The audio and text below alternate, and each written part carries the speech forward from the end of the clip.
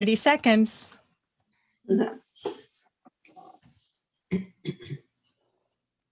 Ms. Martha Ann? All right, well, welcome everybody to the February meeting of the League of Women Voters of Carrollton, Carroll County. We are delighted this evening to bring to you one of our own to conduct our program this evening on diversity, equality, and inclusion. And Deirdre Rouse will be bringing us our program, and she has a lot of experience in this particular field. So Deirdre, I'm turning it over to you. Well, good evening, everyone, and thank you so much, Martha Ann, our president of the Carrollton, Carroll County League of Women Voters. Definitely glad to be here amongst my leaguers and members, and I hope everyone is having a good evening and have had a great day. Tonight, we'll be talking about healthcare disparities and the impact of implicit bias among healthcare professionals. No, I am not a healthcare professional, but I wanted to really look at the role of biases in terms of healthcare. I thought this was definitely timely since we are still in a global pandemic, and we have been noting in the news and the different reputable news sources that disparities are being more apparent being in the COVID pandemic of COVID-19. So at this time, I will go on and start. And Gila, if you can assist me, do I just need to hit share screen or just pop it up? Just share screen and then click on the one that you're going to share. Okay. All right, there we go. So as you can see tonight, I do want to talk about healthcare disparities and the impact of implicit bias among healthcare professionals. And if you look at the information to your left of how you can see the different words that are rising to the top is health and equity, but there's so many other determinants that go with healthcare as well as healthcare disparities.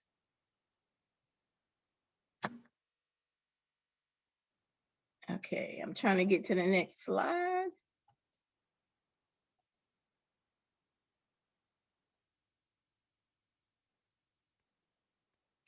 So what I want to talk about a little bit is about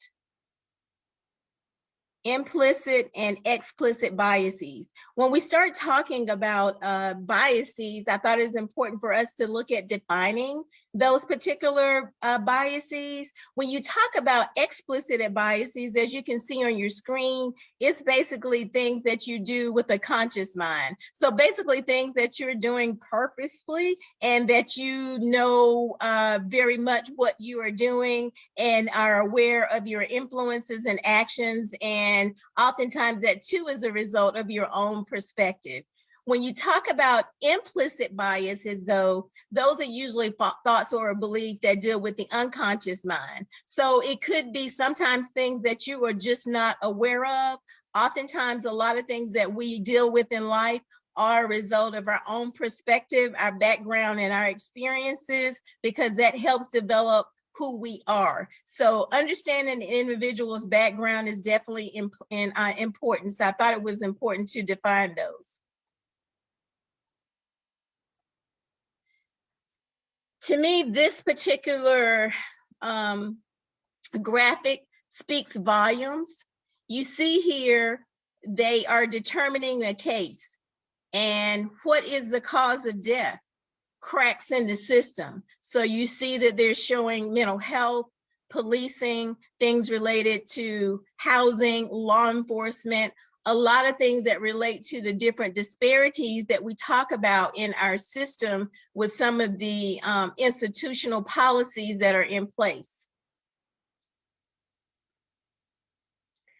I looked at the World Health Organization, WHO, and for those of us, and I know Ms. Mothra had mentioned something earlier, a little bit, not necessarily this, but now, to my understanding, the United States is now a part of the World Health Organization again as of recent days, recent weeks. And I wanted you to look at the definition that the World Health Organization had for the healthcare disparities.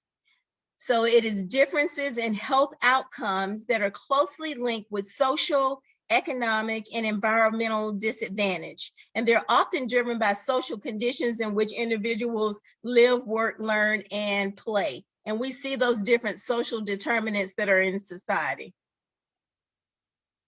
I always think it's very important to give a historical view when we talk about healthcare and healthcare disparities. How does something start?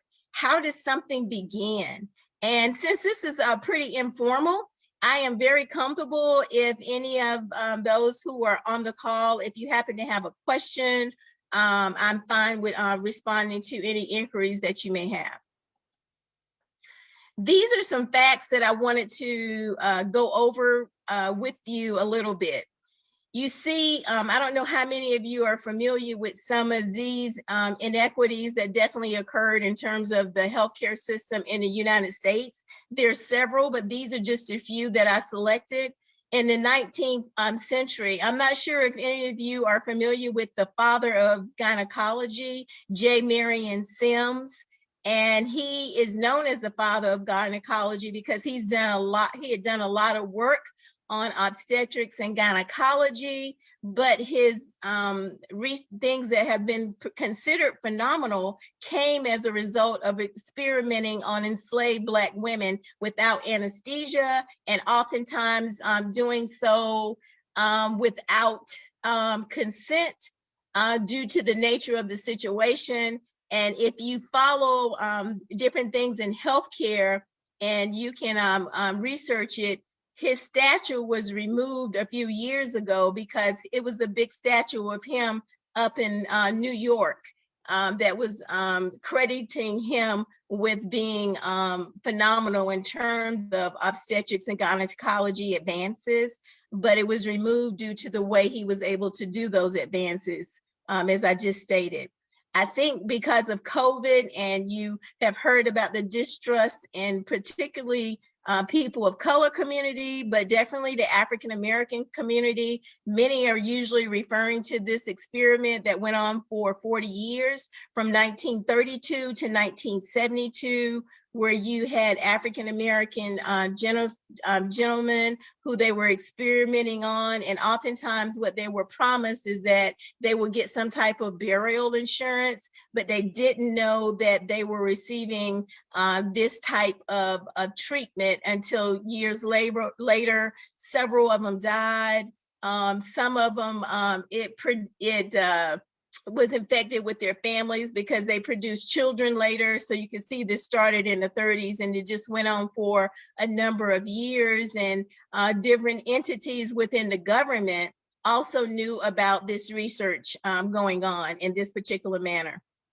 You see April the 10th, 1945, Eb Cady, an African-American male, was the first test subject in a human radiation experiment in Oak Ridge, Tennessee.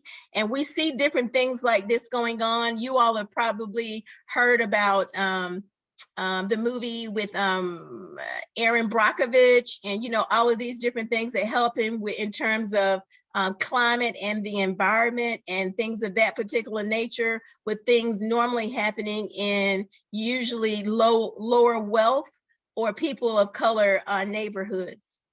You're probably familiar with Henrietta Lacks, where there was a movie about her. Oprah also did a movie where she died of cervical cancer, and they used her cells and were able to make some great advances, but her family did not know about it. I think they've received some type of reparations, but that's still an ongoing process with that. Yes, Ms. Medeiros. You're muted, ma'am.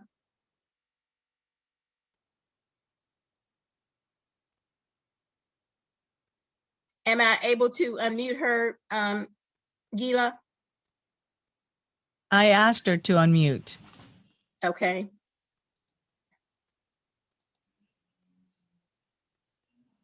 Well, maybe we can for the essence of time, maybe we'll come back. Miss Sue. There Okay, you there you go. go. There it goes. Okay. I just wanted to say I read that book. It's been in the last like 5 years or 6 ago or something, but I would recommend this Henrietta Lacks a book to everybody to read that if you can, because it just made me furious. And to understand why people are afraid and the terrible things that have happened to people that they don't know is happening to them. Right. So I would really like to say, read that book. It was very interesting. Yes, it's really a good book, a good read, and great information. And then the last one that I have on this particular slide is on April the 4th, 2016. So I purposely looked for something that was recent. Half of the 222 white medical students and residents surveyed at the University of Virginia believe Blacks and whites are biologically different. If I wasn't looking at the date, I would think maybe this was 60 or 70 years ago. And so when you read statements like this, and I'll have a list of references at the end of this particular presentation, when you read references and information, legitimate information like this, we can see if we go back to those particular definitions of explicit and implicit bias, that if you have this particular perspective, you may not be unbiased in your approach to dealing with your patients or your particular clients. So that's something to think about as we're moving through. This is a book that I hope everyone may be familiar with, talking about a great read. It's called Medical Apartheid by Harriet A. Washington, The Dark History of Medical Experimentation on Black Americans from Colonial Times to Present. So all of on the previous side, with the exception of the 222 medical students, the information that I had mentioned before, several of those accounts and so much more is in this particular book. I had the great opportunity to also meet Miss Harriet Washington at a conference that I was attending, talking about different types of disparities. And she was the person that was featured in terms of healthcare. So you can see what she says here regarding the medical experiments on African Americans that spanned from colonial times to present, and how that does have an effect on our healthcare.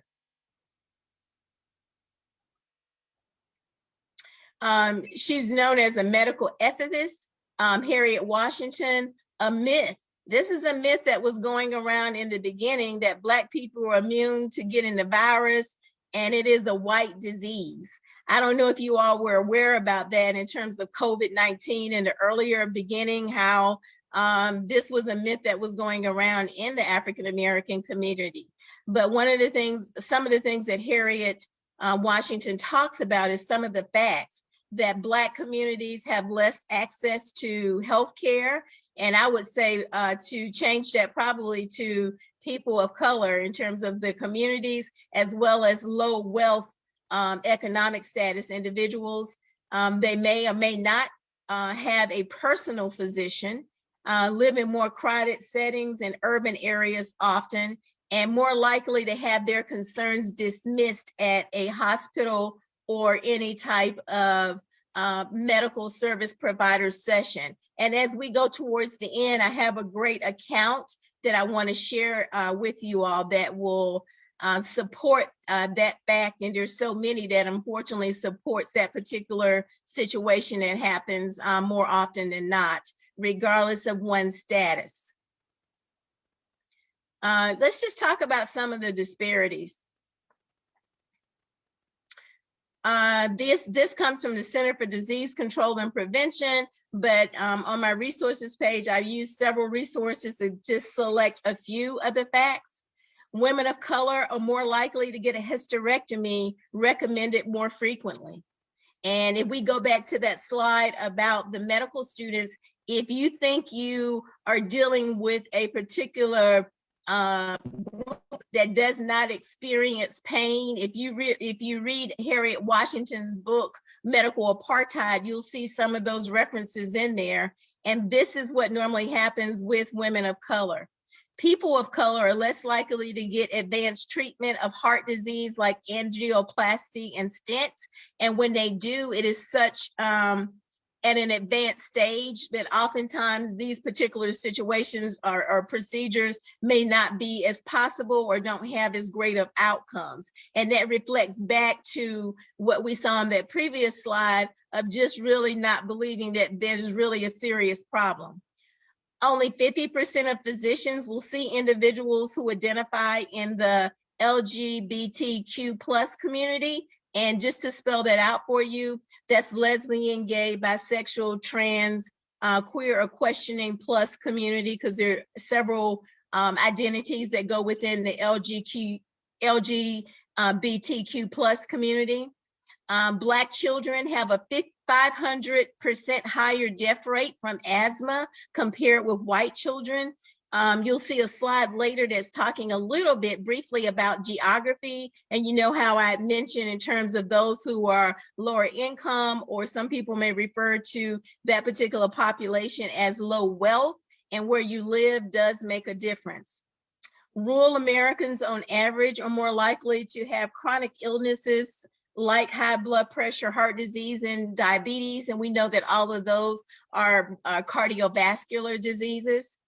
African-American children are 2 times more likely to die as infants compared to non-Hispanic white children. Again, going back to the belief of really just not believing people have those kinds of issues, or you can get over it, not looking at some of the cultural implications and being empathetic and really just having a better cultural competency understanding.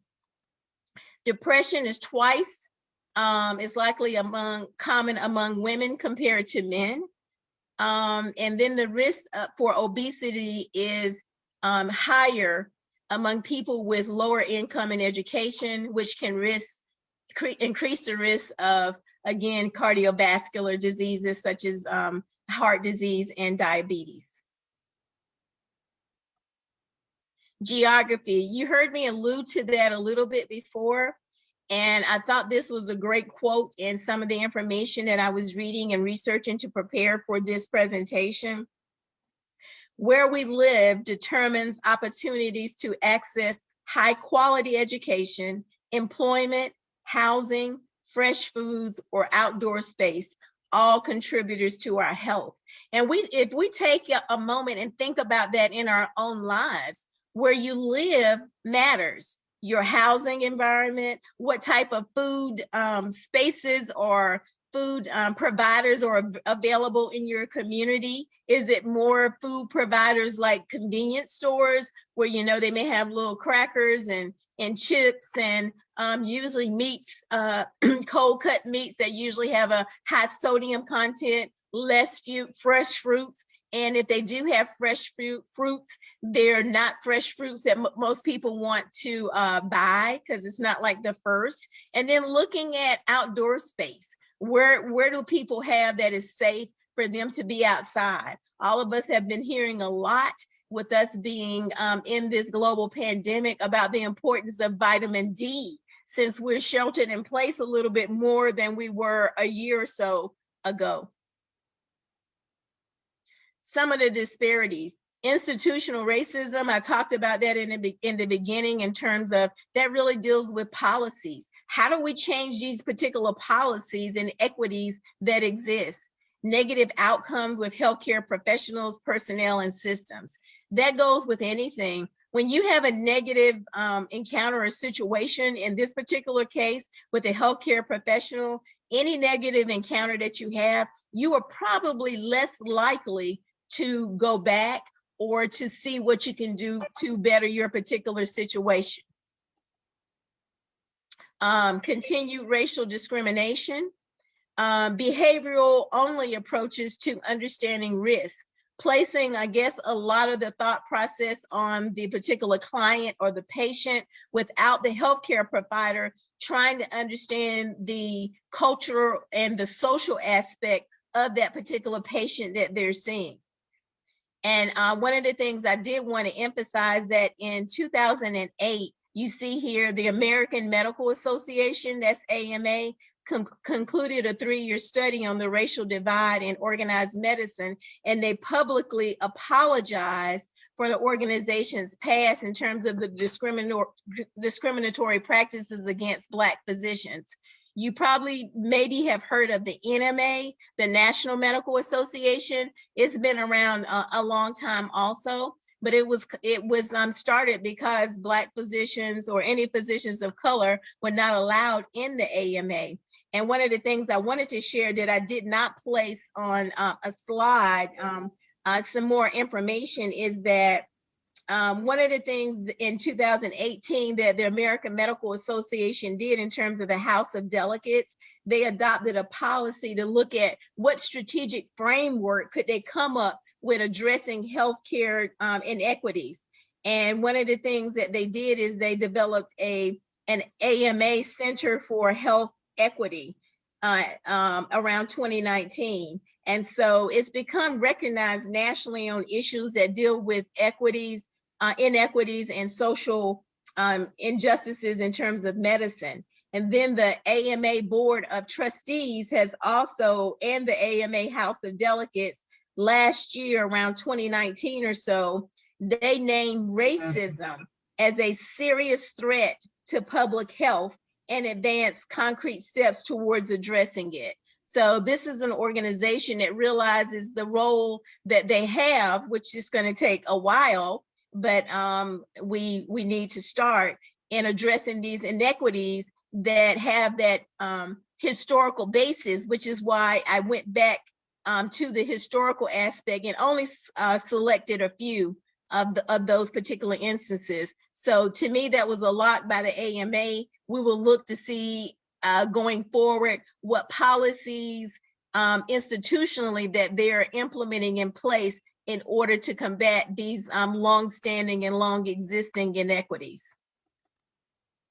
Even in our community, some of you probably were able to attend the Carroll County NAACP's COVID-19 vaccine conversations that were happening January the 28th, 4th, and 11th, where they had a panel with several doctors. But one of the things that occurred in having these conversations is that it was realized that there was an inequitable rollout for diverse communities. You had some communities of color, you had some low wealth communities, communities where the transportation, people may not have transportation, and since we don't have consistent transportation in our community, that was one of the things that our local hospital system began to work with local leaders to look at how do we address these particular issues. And one of the things to think about, anytime you're looking at having these conversations, it's good to have varying perspectives.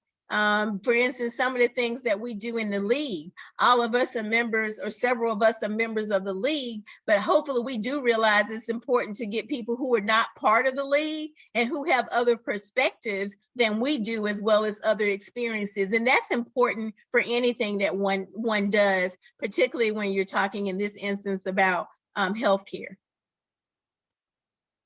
Engagement.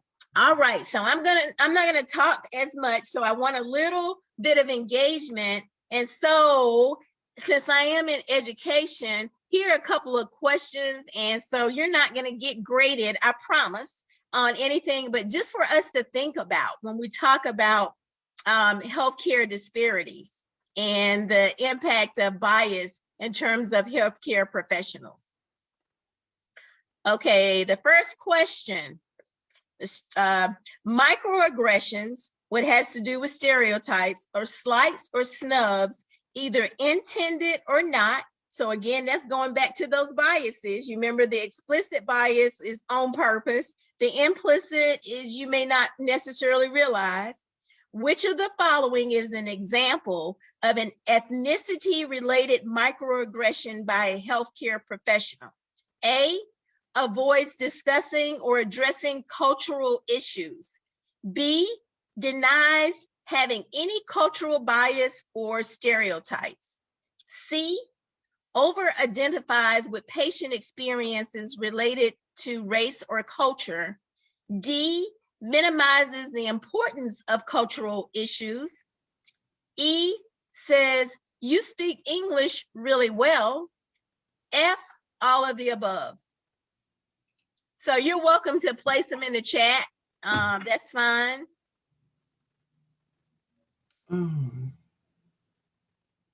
Avoids discussing deny.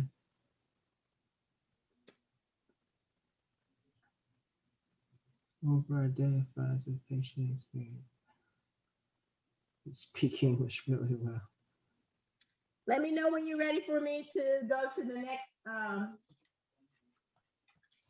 question. If you don't mind putting your answer under chat.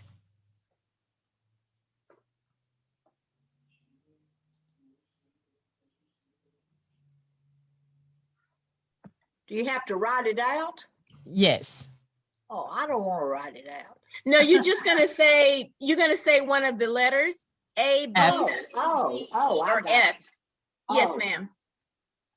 Okay, so I'm sure something is in the chat. I'm not looking at the chat. So Gila, can you help me out? I didn't want to. Everybody is saying F. Okay, everybody is right. All of those contribute to ethnicity-related microaggressions by a healthcare professional. And for those of us, I'm sure most of us have heard, if we have not experienced, we've heard of somebody may be experiencing some of these particular statements. And you heard me talk about minimizing the importance of cultural issues, or just really not addressing things.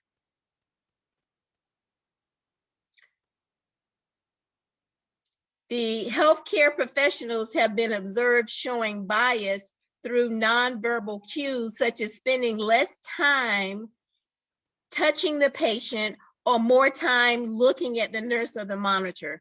Simply true or false? So you can type it in the chat if you so choose.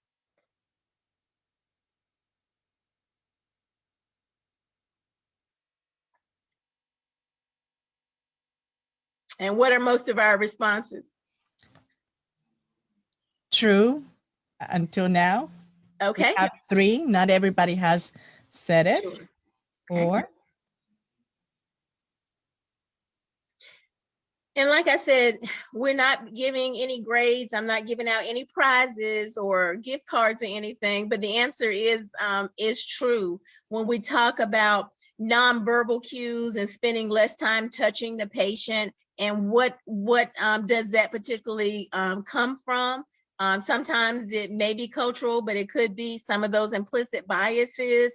But wouldn't we all agree that nonverbal cues are important, right? It's a little bit more challenging these days because when we're out in public, I'm sure all of us try to make sure that we have on our mask. So sometimes it's a little bit hard to see someone in terms of all of their nonverbal cues, in terms of the face.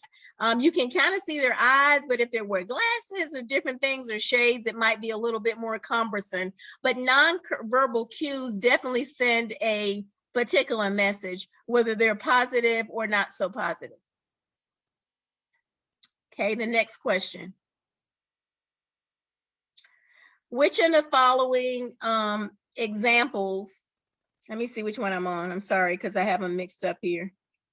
Which of the following is an example of the impact of implicit bias toward non-white patients compared to white patients? Is it A, receive fewer cardiovascular interventions? B, less likely to be prescribed pain medications? C, more likely to be blamed for being too passive about their health care? D, less likely to receive chemotherapy and radiation therapy for prostate cancer and more likely to have testicles removed? E, all of the above. And just place your answer, if you so choose, in the chat. Majority is E.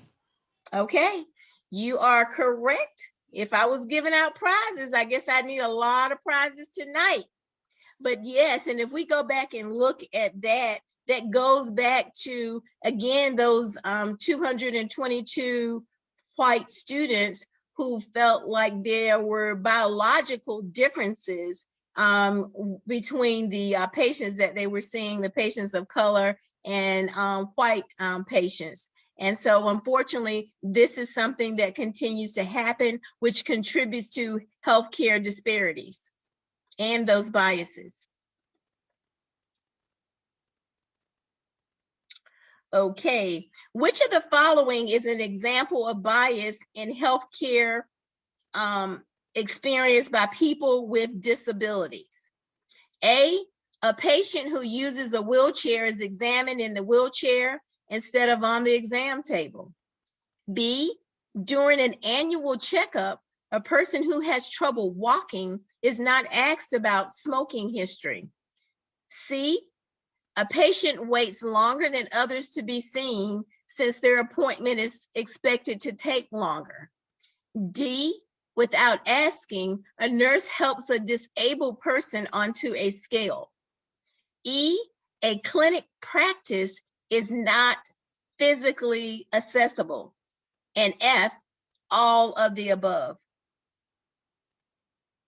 are examples of bias. And so if you so choose, place your answer in the chat.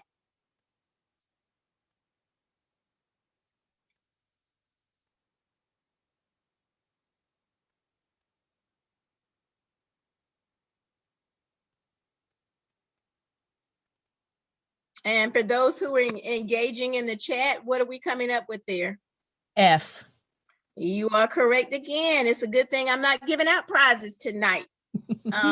But yes, F is the correct answer, because when you look at those different things, this is another way that biases display themselves. And so you see, I'm giving examples of various identities along the diversity and inclusion spectrum.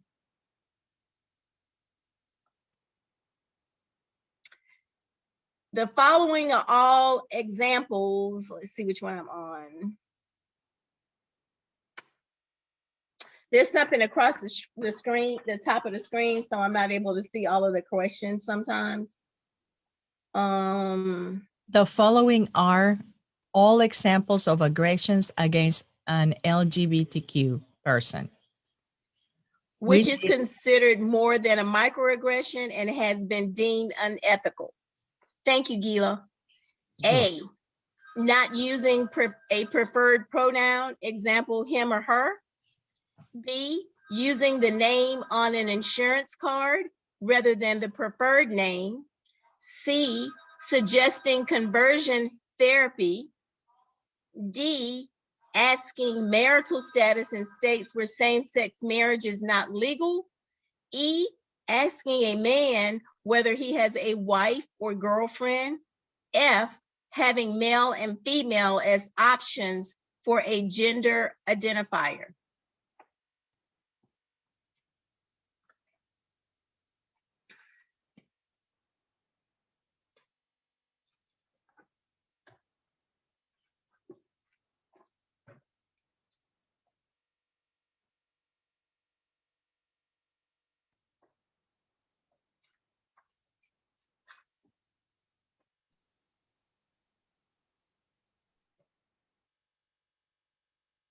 Okay, what kind of answers are we coming up with in the chat so far for those who are participating in this way?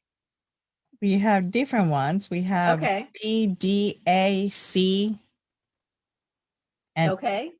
The correct answer is C, suggesting conversions therapy, which is considered more than a microaggression. So not that some of the others would not, but this one is the one that is the most of suggesting conversion therapy. And some of you all may be familiar with that in terms of conversion therapy. And suggesting conversion therapy is something that is more extreme than a slight or a snub. And in terms of a microaggression, you remember we defined that on that first question or statement and it is considered unethical practice by the American Psychiatric Association. And a University of Washington study reports that heterosexual providers carry a moderate to strong implicit preference for their straight or heterosexual patients. And the research did not assess whether this bias translates to poorer healthcare experience for LGBT patients. But it is definitely preferred that practitioners not express a preference and exhibit this type of bias or prejudice. And I have known people who identify in the LGBTQ plus community where they are, it's suggested to them that they need to undergo conversion therapy. Okay, the next one. Again, let me get to that one.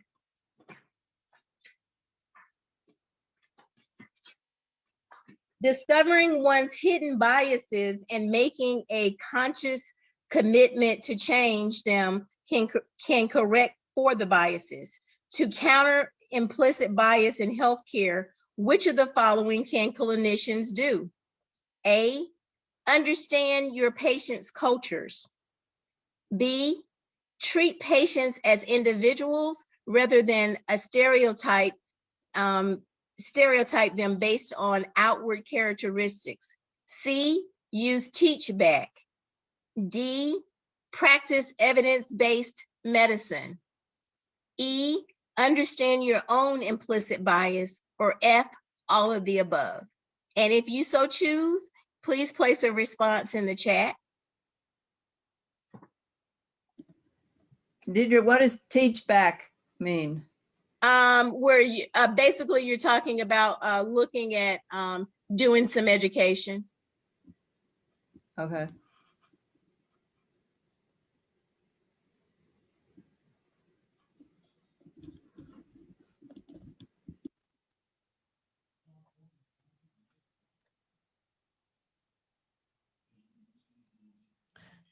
Majority F. Yeah, the majority are correct. So a clinician needs to look at trying to encompass all of these things when they're working with a patient. One of the things I did want to emphasize is that with the new administration, with President Biden's administration, these are the executive orders that have been signed and will be continued to be worked on in terms of healthcare and COVID-19. So you can see that there are several, and some of you may be familiar with some of those executive orders that was issued. If you can see number 2 that I have on the list, I highlighted it. Executive Order 14009, strengthening Medicaid and the Affordable Care Act. We do know that regardless of individuals' political thought processes behind the Affordable Care Act and strengthening Medicaid, we do have a serious healthcare disparity problem of people having access. I had alluded to earlier in the presentation, we can see that in terms of with the COVID-19 test. Do you remember how challenging it was in terms of different communities and having access, and if it was going to be free or not, all of those different things, or either low cost, and people who did not have insurance or part of the Affordable Health Care Act had more difficulties than those who did have access in terms of insurance and some of those things. So I just wanted to make sure I placed that particular side up there and highlighted this particular one, but you can see these healthcare executive orders range the gamut, several of them relating to COVID-19. I also wanted to show how our own league, when I went and looked at the league's site, several of the things that the league is interested in terms of supporting. The League of Women Voters asks health to extend postpartum Medicaid. They issued a statement on healthcare executive orders, the importance of it. And you see how they talked about no one being denied coverage after contracting COVID-19. There's still some issues and debates about if that's going to be considered a pre-existing condition now, because that wasn't something that was on the radar a year ago to be considered. The league is looking at the COVID-19 stimulus package underwhelms after months of negotiations. So these are some of the things that the League of Women Voters are supporting in terms of healthcare. There's several, I just selected a few. They did express concerns on the U.S. terminating relations with WHO, the World Health Organization, but now we're back to, if I'm not mistaken, being a member. So when that occurred a year or so ago, the league came out in support of that. We need to regain relations. They called on Congress to act on institutional violence against Black communities. So it was several leagues who joined in that in terms of Black women's reproductive justice. And again, I alluded back to the earlier slide that talked about Black women are more likely to ask to be considered a hysterectomy than some other populations of women. And the league did join a letter calling for Congress to protect basic human needs in the pandemic. So that just goes to show with the inequities in terms of economics of the different populations and the types of careers and employment some individuals have, where they did need more support and still do during the pandemic. Now, this is what I wanted to share, and we're nearing the end of the presentation. I talked a lot about some of the healthcare inequities, and one of the things I wanted to show is this particular account. This is a doctor. She is no longer living. She's transitioned, but you can see this is from her Facebook page, and I think I also have it from her Twitter account. But on here, she is giving I would say, a very accurate account of her situation, of how she's trying to get help. You can see, and I didn't paste everything up here, but I wanted to give you a taste. It says BiPAP being transferred to ICU, update 6. That was update 7, update 6. And I'm going backwards. I was home for less than 12 hours, spiked the temperature of 103, and my blood pressure plummeted to 80/60 with a heart rate of 132. I'm back in the hospital, a different hospital, St. Vincent Carmel. Those people were trying to kill me. Clearly, everyone has to agree. They discharged me way too soon. They're now treating me for bacterial pneumonia as well as COVID pneumonia. I am getting very compassionate care. They're offering me pain medicine. I'm home on my own bed, no fever this morning. So you can see how she goes through her particular account of the different things that have happened to her in this particular healthcare system. And this is a physician where she is not being taken seriously. And she's a physician in this particular hospital system. And with her having the knowledge, most people, if they're calling their doctor and they have COVID or have some symptoms, they're probably not going to they may have their blood pressure, but in terms of my heart rate is so-and-so and my oxygen saturation is down 89%, most of us probably do not have that type of medical acumen where we would have that type of detail to give to the physician. And so what I'm going to show next, and I hope this will play, and I put a disclaimer up here that is graphic content. So hopefully this will play, but these are her last words. So I wanted you all to share or be able to see this and to share this with you. Again, this is Dr. Susan Moore.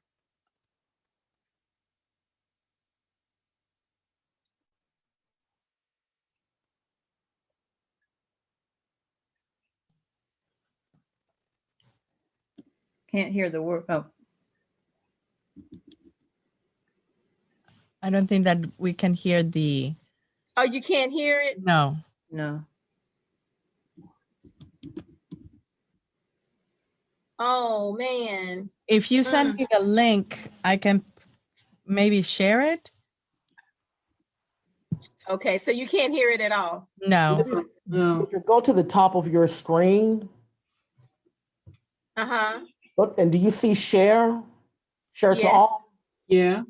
I Okay. see new share. You share. Click on that and see if that will work sometimes. New share. Well, You now don't it's not see there on anymore. my side with audio, huh? The little audio box with the line through it at the very top. There we go. Wait a minute, where is it? There we Can you hear it? No. No. Okay. Let me go back. Whoops. Sorry. That's okay. Okay. Let's see if I That's can get. okay. All right. I'm so sorry about that. I guess we can send out the link, but this is her on her hospital bed, and she's given an account of everything. And you can tell that she is so disappointed. She's discouraged, and I really wanted you to see this. And thank you for your help, Sonia. Is there anything else I can do to try to make sure that we can hear this at this time? Let me check. There should be a symbol on Deirdre's side since you're having to share the screen. got it. You got it? I got it. Okay. Okay, hold on. Let me get in there. Just bear with us for a moment. I'm gonna stop your share just for a moment, okay? Sure, sure.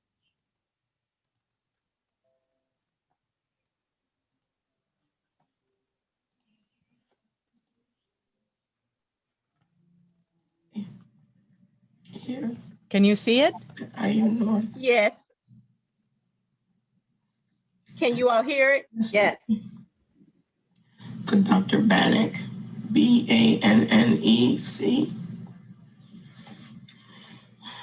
wanted to send me home. You know, at that time, I'd only received 2 treatments of the remdesivir. He said, you don't need it. You're not even short of breath. I said, yes, I am. Then he went on to say, you don't qualify. I must have because I've gotten 2 treatments. And then he further stated, you should just go home right now. Hmm.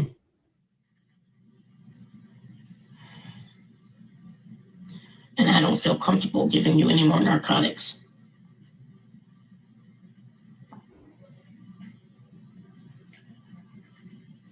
I was in so much pain from my neck.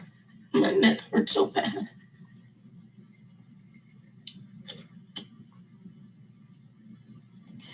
I was crushed. He made me feel like I was a drug addict. And he knew I was a physician. I don't take narcotics. I was hurting. So spoke to patient advocate who left me wanting. There's not much I can do. So I started asking, send me to another hospital where they can treat me. And if they're not going to treat me here properly, send me to another hospital. Well, next thing I know, I'm getting a stat CT of my neck with and without contrast. The CT went down a little bit into my lungs, and you could see new pulmonary infiltrates, new lymphadenopathy all throughout my neck. And all of a sudden, yes, we will treat your pain. You have to show proof that you have something wrong with you in order for you to get the medicine. I put forward and I maintain if I was white, I wouldn't have to go through that. And that man never came back and apologized. Dr. Bennett guy. And then today now, supposed to be getting the narcotics, right? They came in 9 o'clock. I've been in pain since 7.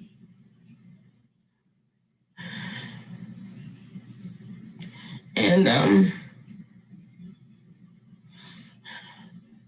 when they came in, very, very sympathetic. Yeah, we will get you pain medicine. I don't want to give you IV narcotics. How about PO? Fine. I just want my pain to end. So then he says, well, what pain medicine? I said, I don't know. I don't take them on a regular basis. I don't even write for them. All I know is that I'm in intense pain and morphine worked. Okay, well, we'll give you Percocet. Okay. I don't know nothing about it. I don't think I've ever had it.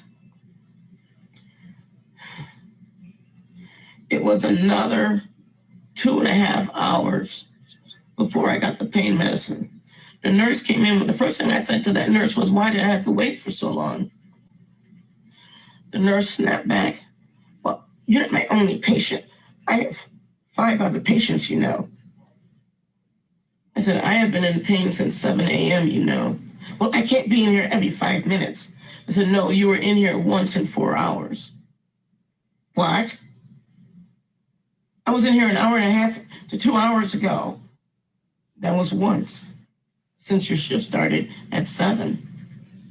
Well, I had other people, and I had to take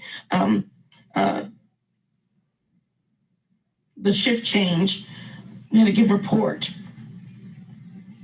I'm a patient. Are you going to take care of me or not? And he went in. Now, that is not how you treat patients. Period.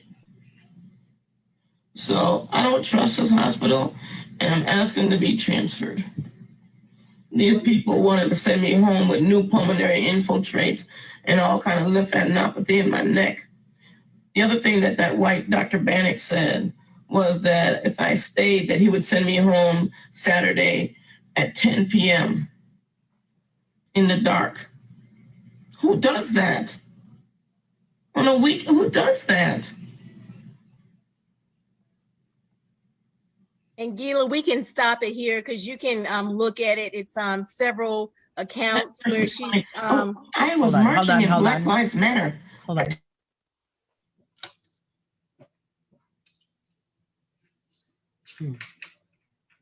So you can see the account that Dr. Susan Moore gave us. It's sad. And like I said, she did transition. She leaves a son, I think he's like 19 or 20 or so, with that particular situation. If you research it further, you'll see the statement that the hospital CEO gave and things of that particular nature. But do you see how I was talking about it's no respect of persons? Sometimes when it comes to, or oftentimes when it comes to people of color, here's someone who's a physician and could tell them the different things that were going on in a using medical language, the language that most physicians, I'm sure, or healthcare providers are speaking or have a better understanding than the average layperson, and where she had to resort to videotaping herself because obviously she thought that things were not probably going to go so well for her. And this goes back to some of those particular biases that you're not really in that kind of pain. Or do you see the implications that she noted that the doctor gave in terms of his own lack of understanding and in terms of culture and some stereotypes that he was implying when he asked her, did she do drugs, right? So look at all of those ramifications and implications of contributing to the different disparities, and then the lack of care and why there is a healthcare gap and the different inequities that continue to take place in the United States. And that Do I just need- happened in the last couple months, right? Yes, this was November, December of 2020. Yeah, and do I go back to share screen? I only had a couple more slides. Please go. Yes. Okay. And so I wanted to kind of close up about what can we do? We can address the policies enveloped in perpetuating in the institutional inequities and inequalities that we see, from healthcare to housing to unemployment to education, criminal justice. We can see just by focusing on this healthcare disparity, how things are all connected, you know, the interconnectedness of all of it. Raise public and provider educational training of racial and ethnic disparities in care. Oftentimes, the medical students are still not receiving that type of training. Expanding health insurance coverage, I think that's slowly happening, and improving the capacity of the number of providers in underserved communities. Medical, healthcare, schools, those different things, because when you look at the number of providers, there's so many people who go into healthcare, and sometimes it does have to do with economics, because when you come out of any type of healthcare training, particularly a physician, your loans and paybacks are just phenomenal, because it does cost more to go to medical schools, and there are usually not as many scholarships and things offered as opposed to if someone is going to get a PhD.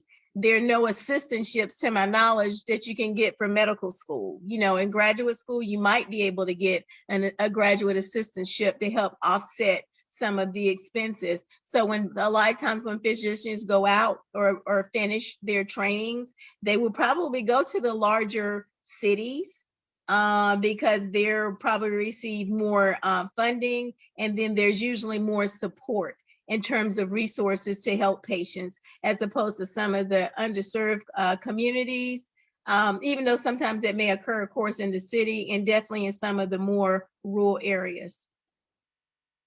And the last thing I wanted to basically close with is just a quote. When you read this particular quote, what are your thoughts? If you are neutral in situations of injustice, you have chosen the side of the oppressor. And that is a quote by Desmond Tutu. And I'm fine with anybody unmuting themselves, just a couple at a time, if you want to make a comment on this particular quote. I totally agree with that. Because what does it say? What is that saying about if for evil to succeed, good men do nothing? Mm-hmm. I probably have it wrong, but I mean, it's very easy not to do anything. Exactly. At least those are my sentiments. Yeah, that's beautifully said. Well, any other thoughts on this particular quote?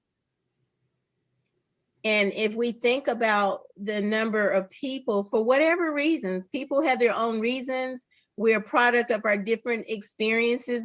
That's what makes us up, of being neutral in situations of injustice. Sometimes people choose to be neutral because of the world that they live in terms of their world. They want to be liked. exactly. When you speak up for different injustices, if we look at different leaders throughout history, regardless of the age or ethnicity, those people who are the ones who do speak up are usually not treated so kindly. I think back to people like Muhammad Ali. Now, back when you read about Muhammad Ali, I wasn't alive during that earlier time, but when you read about Muhammad Ali, he was against the Vietnam War and thought that that was wrong, and he stood his ground. He lost his belt and a lot of different opportunities. Well, at that time, people didn't like Muhammad Ali. They felt like he was a traitor. but towards later on in life, people love Muhammad Ali, but he wasn't loved at one time when he was standing up for those injustices, because that wasn't the viewpoint maybe of the majority, or if it was, people were not outspoken about it because they wanted to be fine in their lived community. I want to go to that museum with you again. I remember that very well myself. Muhammad Okay. Ali. I'd listened to it on the radio back in the day, and I remember that very well. Okay. Yeah, so I think this quote, and there's several quotes that we can choose that talk about the different injustices, but the way that injustices continue to occur is, and going back to what you said, Cricket, is alluding to, there's another quote, it's not the enemies that we have to be concerned about, it's the silence of our friends, silence of the good people. And I'm saying that in quotes, of the good people not speaking out in terms of different injustices that occur in our society and world. People are so afraid, as you say, of losing popularity and the backlash that's going to come if they express an opinion that's not popular, rather than being concerned about putting forward the right thing. Yes, because oftentimes people are concerned about status. If we just look in our own community, there are some people who have probably some political clout in terms of their status to talk about different injustices, but that's not going to be a part of their wheelhouse. And I don't mean that. There are different types of ways to be an advocate. Some people are the people who do stand on the different lines and they're marching. Other people may give funding. Other people may pray. Other people may attack it from a policy standpoint in some of the boardrooms or organizations that they're a part of. So it's different ways to be an advocate. So if there are any questions, and you can see I did use several references, and I can send these to Gila so that we can have those for people who want to dwell and look a little bit further in terms of some of the resources that were used. And that concludes my particular presentation. This was outstanding. Any questions? I think Sue has a question. To make a comment that I learned. I've been watching the PBS and the channel 8, 10, 14 on my TV about all these Black presentations, and I've learned lots of things. And one of the that I think of interest is Henry Louis Gates Jr. We all know Henry Louis Gates Jr. Mm-hmm. I heard this one day, not this week, he told the story about when he was playing some sort of athletic game on the playground at school, and he was injured, you know, so your kid gets injured and they took him to the hospital. Anybody else hear this? No. I didn't hear it. They took him to the hospital and examined him and so forth, and the doctor said, I don't seem to find anything. You go on home and rest. Mama, take him home. So they took him home and he rested. But then he hurt still. And now he said this himself. And he said that that's the reason today he walks with a cane, is because in his hip joint, it was broken or dislodged or whatever, and it didn't heal back properly. And his one leg is 2 inches shorter than the other one. And that because, and the doctor said, according to him, he said it's psychosomatic. Now, doesn't that make you furious to have your child lying there on the table at the hospital and the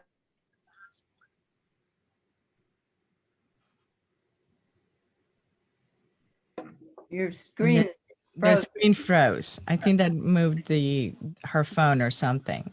Okay, so hopefully she'll pop back in a moment. Yes. I think, thank you for your comments, Ms. Sue. I think, Helen, you had your hand raised. I was mostly clapping. Oh, I'm sorry. Okay, I thought you had your hand raised. Okay. No, I thought it was a very good presentation. I thought it was clear. And I think that it gave some really kind of thought-provoking things for what we can all do. Yeah. Amen.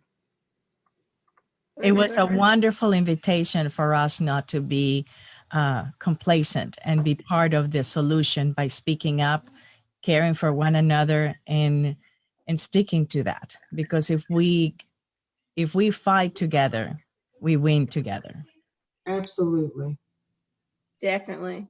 Well said. We have to all be careful too, that we watch these unconscious biases. Because I'm sure in my case, they've slipped out from time to time. Mm. Don't even realize. I would definitely agree with that, Miss Martha, in terms of the unconscious or implicit bias. But the difference is people who are willing to recognize that.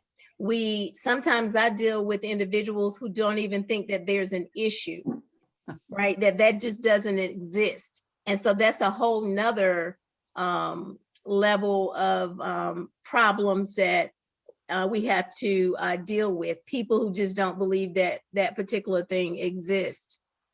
Just the example that Miss Sue, and maybe she'll pop back in, Sue Medeiros gave the example that Dr. Henry Louis Gates talked about, that the doctor was just like, you're basically, oh, you're okay. It's nothing really. Yeah, it just needs a rest. Right, right. And you saw what happened with with Dr. Susan Moore in that particular, and this wasn't something that happened in 1892. This happened in 2020. Yeah.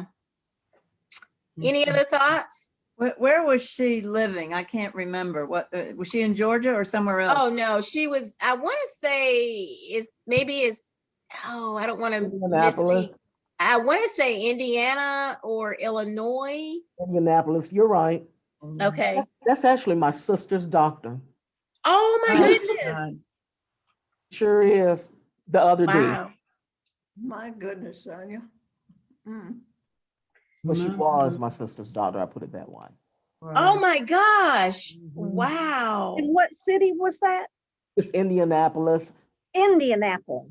Yes. Wow.